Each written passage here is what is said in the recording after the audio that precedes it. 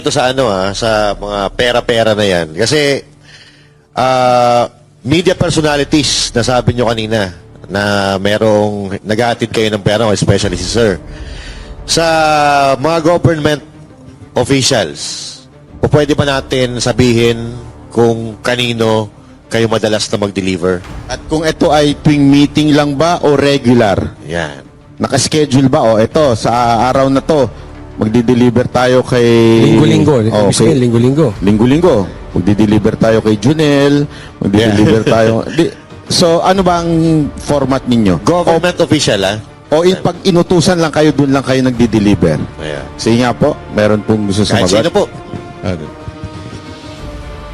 Simula nang umupo si boss ng chairman ng APRO, yung routine ng pagdi-deliver, yung regular, kay dating Speaker Romualdez. So, sa 42, umpisa niyan 2022, September, sa 42 hanggang December 2023. Ngayon, hindi ko alam kung bakit nalipat. Nalipat siya sa 14 Nara Street, South Forbes. Doon na po yung sunod na imbakan. Yun pong regular na duty. Pag-deliver namin sa kay dating speaker. Speaker Romualdez. Meron pa pong iba?